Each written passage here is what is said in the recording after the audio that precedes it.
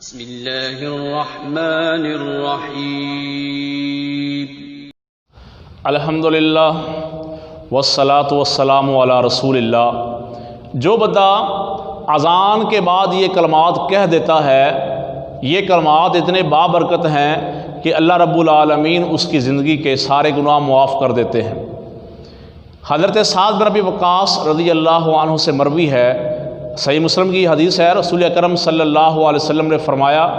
جو شخص اذان سنے،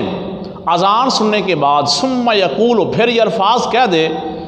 اپنی زبان پر ان الفاظ کو لے آئے، اشہد ان لا الہ الا اللہ وحدہ لا شریک لہ وان محمدا عبدہ ورسولہ رضیت باللہ ربا وبمحمد رسولا